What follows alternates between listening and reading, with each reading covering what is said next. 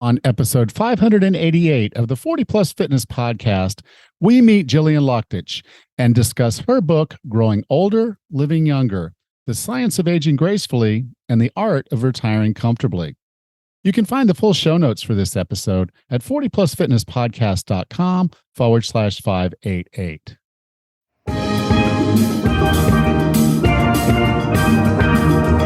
Have you decided you're ready to make a change? To reclaim your health and fitness? The 40 Plus Fitness Podcast is here for you. Each week, we dive deep into health and fitness topics that affect those of us over 40. I'm Coach Allen. I'm an NASM certified personal trainer with specializations in corrective exercise, behavior change, performance enhancement, and fitness nutrition.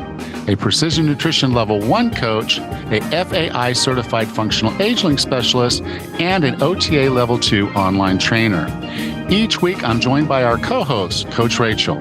She is an NASM certified personal trainer and a RRCA Level 1 run coach. Let us be your coaches as you find your way on your health and fitness journey. All right, let's go.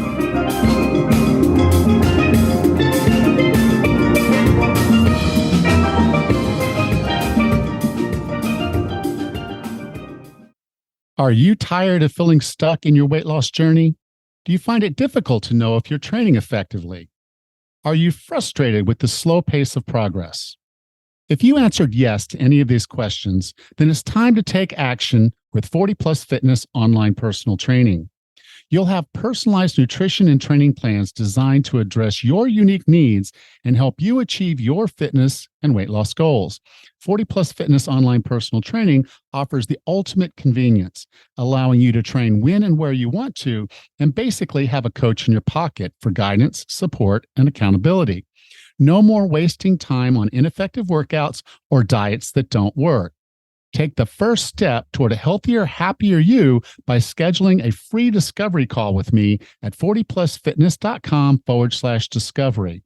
On this call, we'll discuss your unique needs and how you can get the results you want and deserve. And best of all, you'll leave this discovery call with a plan of action. So what are you waiting for? Book your free discovery call with me today by going to 40plusfitness.com/discovery. Results start with this click, 40plusfitness.com/discovery. Hey, Raz, how are you? Good, Alan. How are you today? I'm good. I've been kind of busy, and I know I've kind of come on this show every week. It's like I'm busy. You are always busy. But it's like, there's all these different things that I want to do for my business, for myself, and for whatever. And so, I did get the level 2 master health coach with Precision Nutrition. But another thing that I've been doing on the side when I had time is I've been getting on other podcasts. So I've been, being interviewed on other podcasts. And I was recently on one called Fit mit Turo. Now, mit in German means with. So Fit with Turo is the English translation of mit. Fit mit Turo. Okay. and so I just share a bunch of tips, and I do focus my tips on things that are beneficial to people over 40. I think he just turned 40. But if you go to 40plusfitnesspodcast.com/Turo, that's Turo, that'll take you to his episode. I was on episode 89 that just went live a week or so ago. And so you can listen to that there. As I hear about the other ones airing, because I've done like 12 to 13 interviews over the last 3 months. But for one reason or another, a lot of them haven't been published. So as I hear about one being published, I'll try to let you guys know. Awesome. And I'll probably start posting this stuff on Facebook too. So if you're part of our Facebook group, you can go to 40plusfitnesspodcast.com/group. You can join our Facebook group, and I'll be posting links and things there as well. Great. That's awesome. Sounds fun. So how are things up there? Good. I think I told you last week it was spring. Now we're back to winter again. I know we had some snow over the weekend, but we just had a lovely weekend anyway. We did a lot of outside chores and before the snow started, but it's nice to have kind of spring, and to be able to spend some time outside. Now I got a break from it. So, Well, yep. Lucy's going to pull that football away right as you try to kick Exactly. it, so. Yep, that's exactly what happens up here in Michigan. So hopefully spring will come back pretty soon. But yep, just staying busy, doing things around the house, getting the yard ready. Yeah, it's fun stuff. All right. You ready to have a conversation with Jill? Sure. Our guest today, a medical specialist, professor, international speaker, wife, and mother, had it all. Then her life drastically changed. She lost her husband of 30 years to cancer. Her adult children moved away to pursue academic and professional careers. She downsized from her family home to a downtown high-rise condo and retired from her 25-year medical career.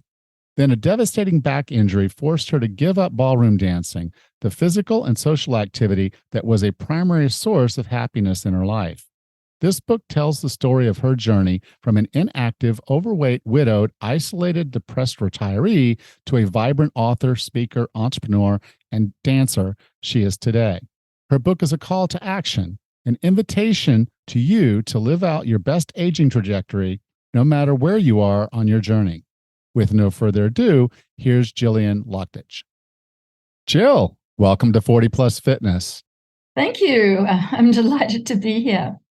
Now, your book, Growing Older, Living Younger, The Science of Aging Gracefully, and the Art of Retiring Comfortably. Mm-hmm. I love that title because it kind of blends some things that that are kind of been a theme here. And a lot of books that have come out recently and books that have been around for a while is, I think all of us look at getting older with some trepidation. There's this aging curve that we're gonna fall down, and then we're gonna end up at the bottom of this thing.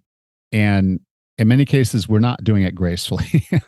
We're not doing it gracefully. And then we're looking at retirement, and what we see is most people who are in retirement age are not living well. Their health span is gone and their lifespan is long. And so they're going through all these health issues. And many of us now, particularly in our 40s and 50s, are kind of in that middle zone of our parents at that point where we're seeing these things with our parents, or in some cases, unfortunately, have seen these things with our parents because they passed, and we're still busy raising kids. So we're in this sandwich generation. And I think there's some blessings in this because we get to look forward, that literally our parents are our look into the future if we live the way they live. And so I want to talk about that. And I think that's one of the cool things about this book is your story and then your experience as a doctor and a scientist, and how you've pulled this all together to kind of give us the tools to really look at that in a good way. The premise behind the book is that we do not need to age as our parents and grandparents did, because we have tools and mechanisms and strategies now that we're aware of that we can change things. And again, the premise is that instead of going on a steady downhill to old age, we actually keep healthy, active, vibrant, right until the end, and then just go clunk. That's my philosophy. Just go clunk. Now, to start out this book, if we're going to understand the science, then we have to understand the human body. And to me, the science of the human body is probably the most complex science of any of the sciences out there. We keep learning new things. I know when I was in school, all the way up until college, we were learning about genetics, and it was the simple, certain genes are going to make your eye color blue. Some of them are going to make them brown. And if you have 4 kids and this parents, then you're going to have 3 with brown eyes and 1 with blue eyes. And that's kind of how genetics work. And then we got into epigenetics. And when I first started learning about that, it was like, these are like the dip switches on our old computers. I had an Epson, which is a clone of an IBM. It had all these little dip switches in the back. So if you wanted the computer to function a certain way, you had to move the dip switch. So it was either on or off. So we were taught genes were either on or off. Recently, though, we've learned that genes are more like a dimmer switch, and there's tens of thousands of permutations of each gene, which means there's billions and billions and billions, untold billions, maybe trillions of options, if you will, of how our operating system, our genetic genome is actually going to function. And so you start getting this like, wow, this is so complex. How is someone going to learn what this is? And I've read a few books, and a lot of them lose me, but you had this analogy of a corporate factory that I think gives us enough of a picture of this to really kind of understand how much control we have. So can you talk about your corporate factory analogy of epigenetics? Well, I thought that the absolute key to understanding our bodies and our metabolism is the realization that we are, in fact, a factory that operates 24 hours a day, nonstop, basically from the time of conception until the time that we die.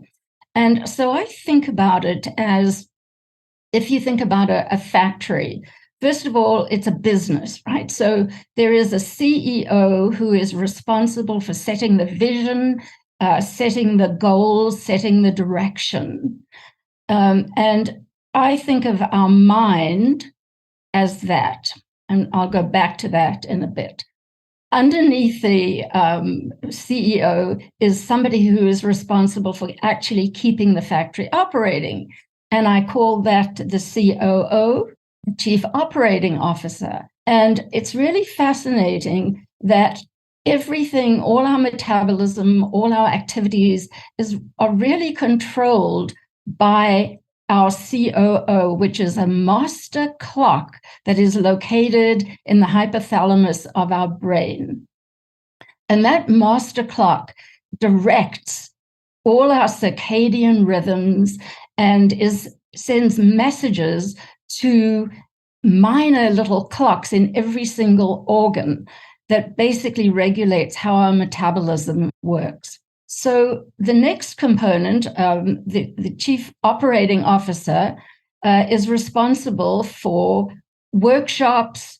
So I sort of think about the individual organ systems, for example, our heart or tissues, muscles, that sort of thing, as an independent little sub-factory or workshop within the overall business. And in each of those factory workshops, there are a number of units where all the business of the factory happens, and those are our cells. Within our cells, we have tools that build things, break them down, detoxify, and those all require building blocks and nutrients. They require energy to perform. They require messages and signals to tell them how much they need to make, when they need to stop making things. And then finally, they need to figure out exactly how much to make. So if you sort of think about the factory, your body as a factory that's working 24 hours a day, nonstop, every single cell is active, then you realize that there's a lot of things that your body needs to function efficiently. So you need to be able to generate the energy for all of those cells. You need to supply them with the building blocks, whether it's amino acids to make proteins or micronutrients to make the reactions work well. So that's basically how I sort of conceive the metabolism and the functioning of the body. The reason I like that is because it kind of it gives you a picture of how complex this is, because if one part of the factory keeps making stuff when the other parts of the factory don't need it, you've got a dysfunction there. And when we get dysfunction in the body, it tells us in one way or another. We start feeling bad. Our energy levels are low. We start, dealing with different problems, chronic diseases, things like that. And so by us doing the right things for ourselves, we're helping with that signaling. Like an example would be if we don't go to sleep, if we don't sleep well, right, then we don't close down certain factories for them to be cleaned up, like our brain. And so if we don't sleep well, then we don't have time in the brain, which is a pretty important part of this factory, to do the cleaning that's necessary. The cleaning crew can't come in. And if it can't come in, eventually the brain doesn't function as well. The brain's not functioning as well, then it's not doing its job as the CEO and COO of this factory. And therefore, the whole factory doesn't function well. Exactly. Yeah. So it goes even a little bit further, and sleep obviously is one of the absolutely critical things, because we know that whole master clock is essentially controlled by light and dark that sets the circadian rhythms. So if you're not responding to that signal that you need to sleep, again, it disrupts the entire system. And this is why people who have sleeping disorders, or why jet lag, for example, affects the way people can perform and basically feel during the day. Yeah. I'd like to get into your story a little bit, because I think it shines a light on how we can kind of approach this. Some of us are younger than you. Some of us might be a little older than you, but you found yourself overweight, near that obese line, and you made some pretty hard decisions at that point in your life. I think similar to my story, I made a decision, but it took me 8 years before I really clicked in and actually got it. I think in your story, you said it took 10. So can you tell us a little bit about your story? Because I think it's important for us to see that, a lot of us are finding ourselves in our middle age, and we're all in the same place, and there's a way out. Mm-hmm.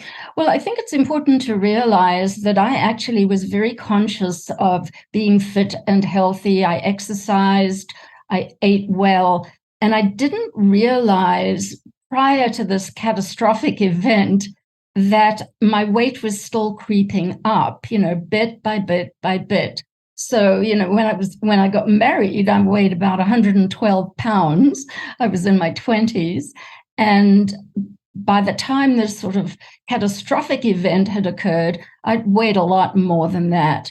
But what happened was that I experienced a period of extreme sciatic pain as a result of spinal stenosis, which is when your vertebrae, the area through which the nerves run, close down through extra bone buildup and compress the nerves.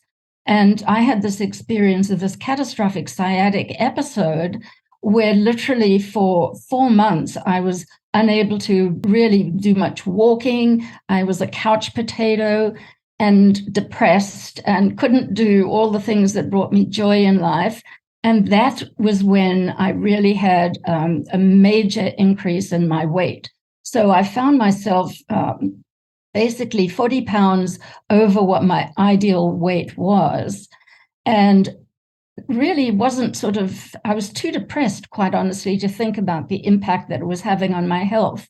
And then I ended up having an emergency spinal surgery. And it was only when I was recovering from that, with the determination that I wanted to be able to go on a ballroom dance cruise 10 months later, that I really started realizing that I was on a downward trajectory from a health point of view, and that I had to do something about it.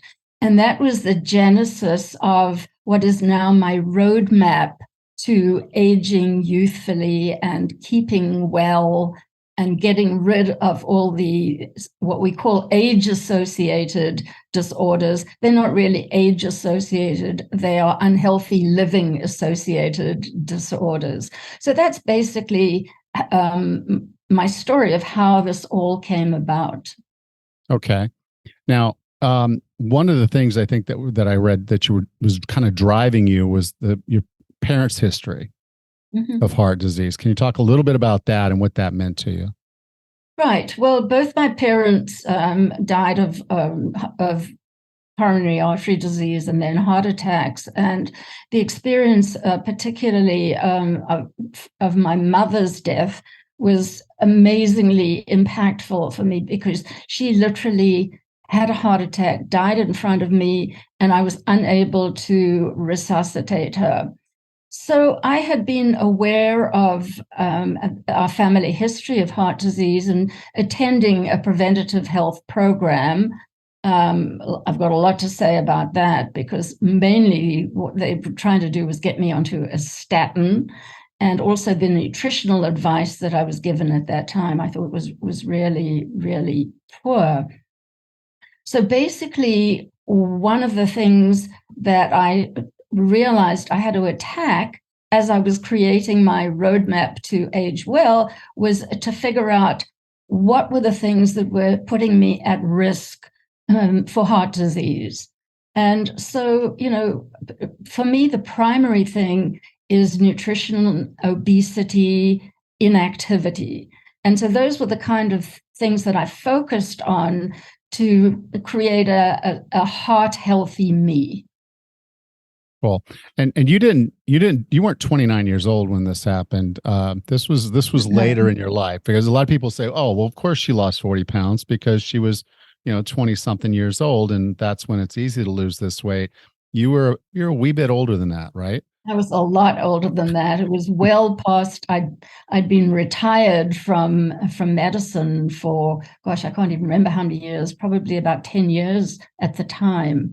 So I was certainly not the. I was in the age category where it's almost inevitable if you don't watch it that you will massively gain weight. So right. And so the reason I wanted to bring that up is I've had a lot of people say, well, it's impossible to lose weight. It's impossible for a woman after the age of 50 to lose weight. And proof positive, no, it's not. You just have to do the right things for yourself. Well, I described, very clearly how when I was recovering from the surgery and I realized, I had to lose weight, and I started, initially I had followed all the wrong nutritional information, which, professionally and intellectually I knew was wrong, but the recommendations were so pervasive, eat 3 meals a day and, keep your blood sugar level. But so my first step was to realize that essentially what I had to do was cut out carbs. And I went on, I would call a low carb diet, almost keto, but not keto. And immediately, the effects that I saw from that was my mood was improved. I didn't have that hangry sort of anger, hunger sensation, around about 10 o'clock in the morning. I sort of describe how I was working at one stage when I was trying to lose weight. And I had these amazing muffins that I made, which were bran muffins packed with delicious dried fruits, apricots, and everything. And that was my breakfast. So I would head off before work, I would head off to the exercise class, come back, and my breakfast would be this muffin and some yogurt. And by 10 o'clock, I was so hungry again that I sort of make the comment that anybody who sort of dared walk into my office was in danger of being cannibalized because I was so hungry. So, and that was the rebound from, high carb, insulin goes up and boom, you crash a little later. But as soon as I started on the low carb diet, basically cutting out, potatoes, pizza, rice, anything like that, I found that the first thing that happened was brain fog completely disappeared. I lost all of that hunger and that anger. I just wasn't hungry. And my energy level increased and the weight just started coming off. And then ultimately, I had to go completely keto. And that was when I lost the remaining, 10 pounds that I wanted to lose in a very short time. And quite honestly, I've adhered to a ketogenic diet. I don't want to call it a diet, ketogenic lifestyle ever since, basically eating whole foods, a lot of protein, no carbs other than those that come from certain vegetables and the occasional berries, and healthy fats. So I eat all the foods that I love and feel great. Great. Now, your mother had a bout with skin cancer, and I really haven't talked about skin cancer. But for those of us that were, sun lovers when we were younger, because it made our young bodies look, at least we thought, makes our young bodies look nicer, having a nice tan. Many of us are starting to see some of the ramifications of that, be it the age spots, but then, of course, every once in a while, these things that come up and we have to go see a dermatologist. Your mother had one of those episodes. And so as a result, you made some changes to the way you care for your skin. Could you tell us about that? Yes, well, my mum was sort of blonde, blue-eyed, and we all grew up in South Africa. And I spent a lot of time on the beach, slathered with oil, really getting tanned and, as you say, brown, and feeling it was really cool and sexy. And then we had moved to Canada by the time this episode happened with my mum. And she basically said to me, Jill, there's a funny little sore on my leg. And I'm not sure what it is. And I didn't know what it is. I'm not a dermatologist, but I thought this is not normal. You're the doctor in the family. Come look at it. Yeah, right.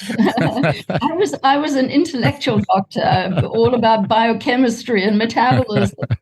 Anyway, it turned out that she had a melanoma, and fortunately we got it early. It was removed, but again, my concern, because of all the sort of early exposure to sunlight, obviously, I am at risk, and I try to tell my kids to be careful. And there is a dermatologist here who came up with a really interesting slogan, and it's, on your birthday, check out your birthday suit, to remind people, particularly people who are what we call Fitzpatrick groups, sort of 1 and 2, the blonde, blue-eyed, red-haired groups of people.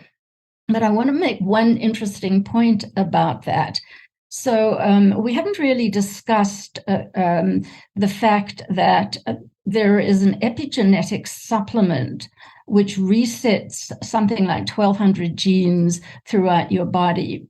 And when this particular supplement was introduced, one of the studies that was carried out was a study of 40 people who were in this Fitzpatrick group 1 and 2. And basically, they were looking to see if it could in any way protect against sun damage. And so they basically, on an unexposed part of the body, did 3 sort of focal areas where they put really small doses, focal doses of UV light in increasing doses. And in the one where there was the highest dose, did a little skin biopsy and looked to see, count a number of damaged cells. And then for 8 weeks, these 40 people took this one particular supplement that has things like the carotenoids, which like lutein, that actually protect against blue light. And at the end of the 8 weeks, they repeated the experiment, and they found that there was a diminution of the area that looked burnt, the reddish area. But the key thing that was a total surprise and really significant was the fact that in the first biopsy, compared to the second biopsy, the number of dead cells were double. So after 8 weeks of this particular protection through these carotenoid supplements, the number of dead cells or damaged cells was almost half. So that was really interesting, because it was showing that something that one was taking internally had a protective effect on the cells. And I found that really fascinating. So I've been very meticulous about keeping up that particular supplement. And touch wood, so far, I'm well older than the age at which my mom's melanoma was discovered. And so far, my skin looks great. So prevention, obviously, don't get these huge sunburns. There's recommendations about sunscreens. You've got to be really careful because some of them have some toxic ingredients. You have to be really selective about what you use. And I also think we need sun exposure for vitamin D. So it's I'm not a dermatologist. I'm not practicing medicine. I don't treat or prescribe or anything. I have retired. But I think that that's something, preventative things that people should consider. Okay. Now, I want to spring back a little bit. You were talking about your back surgery, and for a lot of folks, we're gonna have an injury. I think your injury you kind of trace back to probably when you were way younger, and then this was just something that progressed from that. That's what I sort of read into the book. I'm not absolutely certain that was the history there, but you always had some aches and pains in your back, but then you had basically a medical emergency, and that's when you had your surgery. Can you talk a little bit about that? And then what's more important, I think, here is to actually talk about your approach towards recovery, because you did a lot of things that I think are very different from the way a lot of people would approach recovery. Right. I think the first thing is, although I kind of attributed the spinal stenosis to the early back injury that I had when I fell off a horse, I think in reality, so many people, as a result of osteoarthritis, which is one of the things that sort of happens in a spine, as in all other joints, many people end up with spinal stenosis and severe sciatica. In fact, in the last couple of years, one of my clients and one of my family members have needed to have the exact same surgery for spinal stenosis. So it's far more common.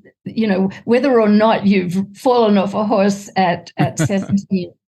So for me, I think the key to recovery was mindset, because I was bounded and determined that I would not have to give up my ballroom dancing, which was my hobby and passion and my fitness activity. And so I had this surgery in February. And to my absolute amazement, it was like a 7-hour surgery. I've got metal rods all the way down the right side of my spine, still in place. And no, they don't set off anything at airports. But the interesting thing about that was the next morning when I woke up after the 7-hour surgery, a physiotherapist came in and said to me, how's the pain? Do you have any pain? And I thought that was absolutely hilarious, because it was the first time in forever that I had absolutely no back pain, because I was so doped up on all the the intravenous painkillers and things. Anyway, so she said to me, "You're going to get out of bed and walk." And I'm thinking, wow, I've just had major spinal surgery. But she got me out of bed and we took the first sort of tentative walks around the ward. So that said to me something really important is you don't have to go and sit around and lie around waiting to heal. The most important healing thing is going to be activity. And so when I was discharged after 2 days from the hospital, having expected to be in there for at least a week to recover, I was really fortunate in that one of my sons had come to be with me for the recovery period. And he said to me, "Mom, you want to get back on the dance floor? We are going to work at it." And so we started a program of, I would go down in the elevator we have a lovely sea walk around the Falls Creek where I live. And we started off doing 5 minutes in the morning and 5 minutes in the afternoon, and then increasing it gradually, so that by the time he left, I was walking, very tentatively and very terrified, but walking for, I think it was about 20 minutes either way. And then gradually I increased that. I also was very fortunate in that the physiotherapist had recommended a particular type of rehabilitation walking pole, which was actually invented by a local occupational therapist. And she's now built this up into a significant program for aiding in rehabilitation. So with the walking poles, I was able to safely and comfortably go out walking by myself. And, gradually, basically my mindset said, I want to be back dancing. And I think it was by 16 weeks, I saw the spinal surgeon, and he was amazed at the progress and sort of said, yes, everything's in place, kind of go away. I don't need to see you again. So I think the essence of that was I was at a point in a journey. I knew where I wanted to go. I knew where I was. And so it was really the mindset and the determination of how I could get from point A to point B safely. And one of the other aspects to that is I worked out with a trainer. And for me, the most valuable aspect of that was not that he was, saying one more kind of thing, but that he helped me understand that I didn't have to be afraid that what I was doing was going to re-injure myself. So again, mindset, having a coach is absolutely critical. Yeah. And so what I took away from that was that you put a team together. Mm-hmm. And you had your mission, your passion. You knew where you were going, and you got a team together. So you had your physio, you had your trainer, you had your doctor, and you were listening to them and doing the right things for yourself to get yourself where you are. And as a result, you're dancing again. Right. And I had a dance teacher. And you had a dance teacher. Exactly. Cool. Jill, I define wellness as being the healthiest, fittest, and happiest you can be. What are 3 strategies or tactics to get and stay well? Well, basically, I sort of encompass all of that in what I call, similarly to you, my roadmap for aging youthfully. And the components for me are sort of mind, body, and, for want of a better word, spirit. So from the mind perspective, you need to know where you are and where you want to go.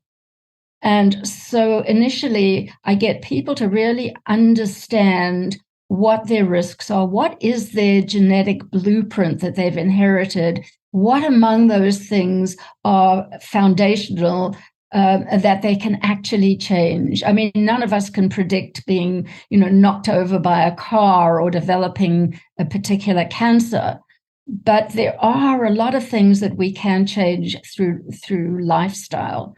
The second important component is body. And, you've already mentioned the 3 things that people need to really consider. Sleep is absolutely essential. Eating well is absolutely essential. And the last thing is keeping mentally and physically active all of the time. The third component is what I call spirit, is the recognition that you are actually part of many larger things. So you can make your contribution by being of service to others. You can challenge yourself.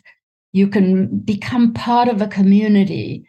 So those are sort of the 3 ways in which I phrase the way in which one can live youthfully and age well.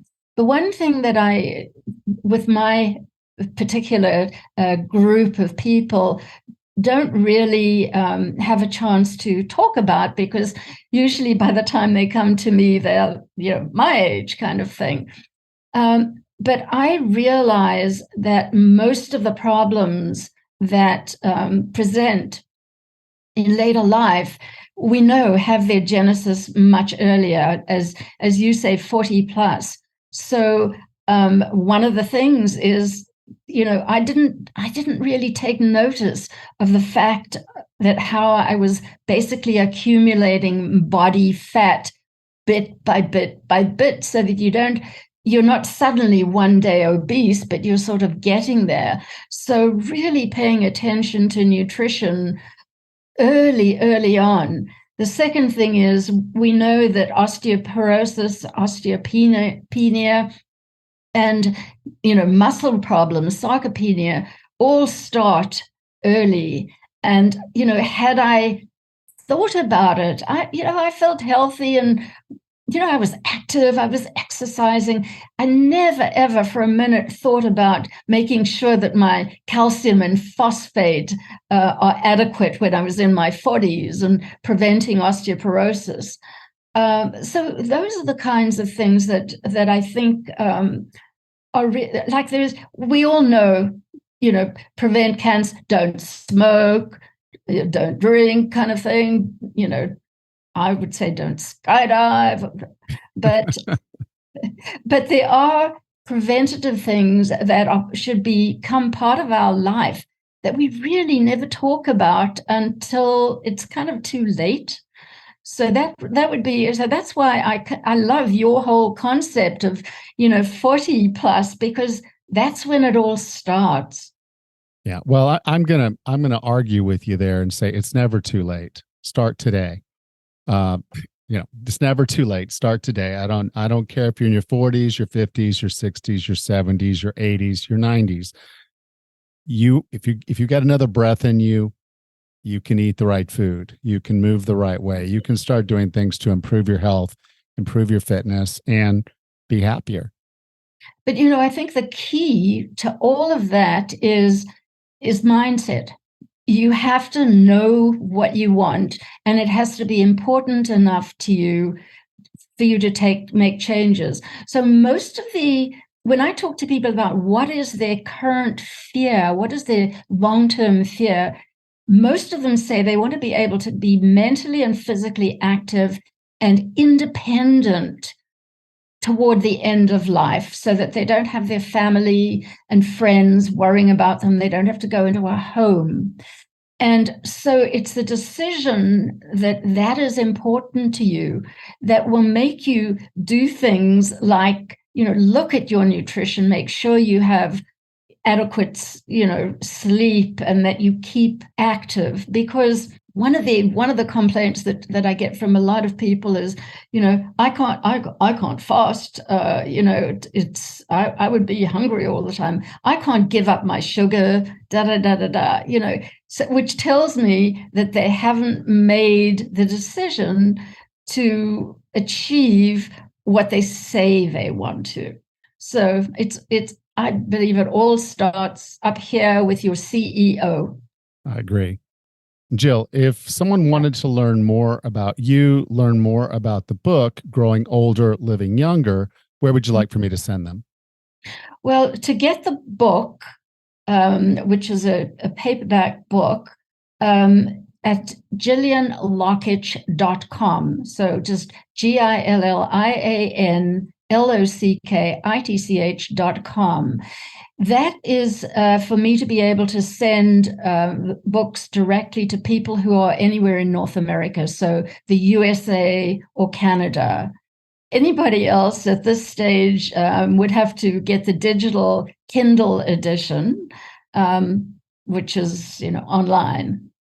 All right. You can go to 40plusfitnesspodcast.com/588, and I'll be sure to have the links there. If anybody would like more information from me, I'll just give you my email. It's askdrgill@gmail.com. AskDrJill@gmail.com. And I will answer you. It may not be immediately because I get a lot of emails, but that's where you can contact me and find out what information there is about my programs, etc. Jill, thank you so much for being a part of 40 Plus Fitness. I'm honored, actually, Alan, that you invited me, and it's been delightful talking to you. Thank you.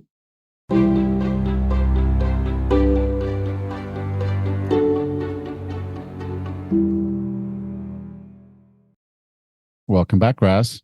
Hey, Alan, that was a really neat discussion. There's so many things I want to ask you about. But you started talking about how genes are like dimmer switches, but I don't think you went fully into the concept of why a gene is like a dimmer switch that you can raise or lower or whatever. Well, we had Dr. If you remember, we had Dr. Hood on, and he was he's one of the guys, he developed the equipment that they use to sequence the human genome. And prior to all that, there was a strong belief that once we knew the human genome, we would defeat disease entirely, because we would know which genes are causing which diseases. And as a result, we would figure out who was going to get sick long before they ever got sick. And well, it's a lot more complex than that. And so what it is they came up with, they realized, okay, it's how the genes are expressed. And so initially they thought they were like on-off switches. And so, if you're really old school and you owned a computer back in the 80s, they used to have dip switches, which are these little on and off switches. And so depending on how you wanted to run your computer, like if you were going to be doing video games or something that was high in certain video stuff on your screen, high resolution stuff, you had to do the dip switches a certain way, and then it would work better for that. And then you could change it up if you were going to use it for something else. So basically these dip switches helped you kind of manage the computer. Now that's all automated. It does it itself. But the reality of it is that's not how epigenetics works either. It's not an on or off thing. It's a dimmer switch. So it's sort of like it's not zeros and ones like binary. It can be anywhere along that spectrum, just based on exposures, based on all kinds of things that are going on in the world.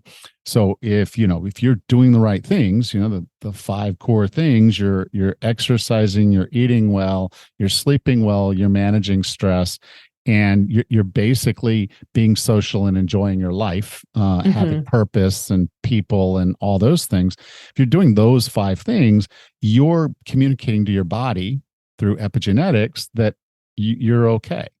And then your body functions the way it's supposed to. So to kind of give you an idea, okay, so someone who smokes all the time, they're putting stuff in their lungs and they're messing up their epithelial cells in their throughout their blood vessels and everything. But, they increase their chances of cancer, particularly lung cancer, esophageal cancer, heart attack, and stroke. And it's because they're basically that epigenetics, they have the genes that can allow them to get those cancers, and then they're feeding it. They're basically dimming that switch and saying, no, I don't want you to do your job, body, because if you're over 50, you have cancer cells in your body. You just do. Our cells, particularly as we get a little older, they're going to mutate. They're going to have some problems. So a mutated cell is a cancerous cell. Now, 99.99% of the time, your body sees that and you have an immune response, and it kills that cell before it can become something worse. But if we're not living right, if we're not doing the right lifestyle things, then we're turning off our ability to heal, our ability to fight that. And that's how this stuff happens, is literally, if you're smoking, if you're doing these other things, you're literally communicating to your body, don't worry about that cancer. We got other things to worry about. Yeah. And your body doesn't, if you're not eating enough food. So someone who's trying to lose weight and is on this extreme, 1,200, 1,000 calorie or less diet, you're basically telling your body, turn off non-essential functions, which your body assumes the immune system is a non-essential function, because it's not something that we used to have turned on all the time. Right. You get a little cut, you want your immune system to work. You eat something you're not supposed to eat, your immune system starts to work. But in today's age, when we're eating non-food stuff, when we're smoking, when we're drinking, when we're not exercising, when we're not getting sun, when we're not doing the things that are necessary, our body shuts off functions. And it just doesn't work. And so, a lot of the things that she's talking about in here, it's not that it's, they were from South Africa, I think, initially. So they were and when you're from the Southern Hemisphere and you have white skin predominantly, that sun exposure is pretty intense. And that's so harsh. Apparently the ozone layer is thinner there. And so it just kind of creates an environment where extreme sunburns Mm-hmm. can happen. And so she was always in the sun, wanting to get the tan, wanting to look a certain way when she was younger, which is again why she would have such a big concern. Her mother got skin cancer, and she wants to do the things that are necessary to make sure her body is able to protect itself. So that's eating certain things. She is taking a certain supplement that, the preliminary science on it says that this would help from an epigenetic perspective. And she wears sunscreen, and she doesn't let herself get burned anymore. So there's things that you can do to reduce risk particularly if when you're at risk. And so we had, so we had Dr. Hood on, and they strongly believe that within a short amount of time here, we're going to have kind of a huge blueprint at a single person level to be able to catch these things early. And early detection is a key to not letting it get to a really bad disease state. Now, he's not talking about you go in for your annual look at your skin birthday suit event and you see something unusual, so you go see a dermatologist. He's talking about catching it before that even happens, because if we know that you're someone who's predisposed for skin cancer, and your history was you got burned several times extremely badly when you were younger, we just know that you have a higher likelihood. So they can be scanning you for the very first indications of that cell, a mutated cell that has the potential to become skin cancer, and can begin doing things then. So it's not like they have to cut a chunk out of you to solve this problem. They can literally do it before it's even that.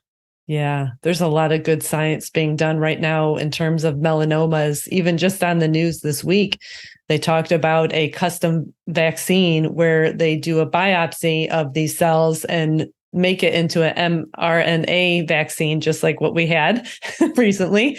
And that combined with another immunotherapy product has shown to reduce reoccurrence by, I think, in the 40% or so. So and catastrophic reoccurrences at that. So there's a lot of good science. That's an important one. Skin cancer is something that's really easy to be screened for and pay attention to. Yeah. If you have an unusual mole and it's changing sizes or it's multiple different colors, then that's worth having a conversation with your doctor. And so it is, that's one of the advantages that all this stuff is going to have, is just recognizing that data and how you manage yourself are all going to be a part of this whole formula. And that's really where she comes off, is she's like one of the living examples of someone who got to retirement age and realized that her life is probably not over yet. There's things she wants to do. That's awesome. She wants to go dance, and that requires, a lot of stamina and strength and capacity and mobility and balance. And so, she wanted to do that. And she doesn't just do it like going to the rec center in her town. She goes and gets on a cruise somewhere around the world. Oh gosh. And then they dance at night, I guess, when the boat's going where it's supposed to go. So instead of sitting in a casino or whatever else people do on cruises besides eat, she's dancing. And so that was one of her things. And she and her husband had a bucket list, but unfortunately he passed before she did. And so before even her retirement. And so all the things that they had planned to do together, she still wants to do. It's not, awesome. So she's going to still do those things. And that's really what this book is about, is someone claiming control of themselves, claiming control of their lives, using what we know today with science and everything, and doing it. And so, she's able to do all the things she wants to do. And I would dare say there's quite a few people out there her age that would never be able to do that, because they're just not doing the work. They're not doing the thing. They're not eating the right way. They're not moving the right way. And therefore their retirement is not nearly as nice as what she's able to experience. Well, I'm glad that she figured out that she had goals, and in order to reach those goals, she needed to make some changes. And it sounds like she'll have a wonderful retirement. Looks like it. Although she said she already has enough, because, it's the same with me. I probably technically could have just retired, Mm-hmm. get a little bitty place and just retire, but that's Mm-hmm. not my nature to do that at 50s. So I'm still working. Tammy's still working. And the same thing here with Jill is she ended up, still working, still doing things. She's got her own podcast, which I'm going to be a guest on. Again, Oh, cool. got interviewed on her podcast. I don't know when that's going to air. But again, it's one of those things. And so it's just, she's just doing this stuff and keeping herself busy. And basically any money she makes from her new career, which is basically her third career, is going into her buying these cruises. That's awesome. It's awesome. I find the people that I've known recently to retire, speaking of my parents and some of their friends, they don't sit still. I mean, Yeah. no, who can sit still? When you think of retirement, you don't think of just sitting in the lounge chair watching TV all day long. At least my parents and my friends of our family, they don't. They stay busy. They got things they need to do. And it's pretty exciting. It is, but you're making that decision today. Yes. Yes. You're making that decision today. Mm-hmm. We're gonna have Thomas Hine on soon. Cool. He was already on last week. I think, last week. Yeah. And so Thomas, basically he's a financial planner.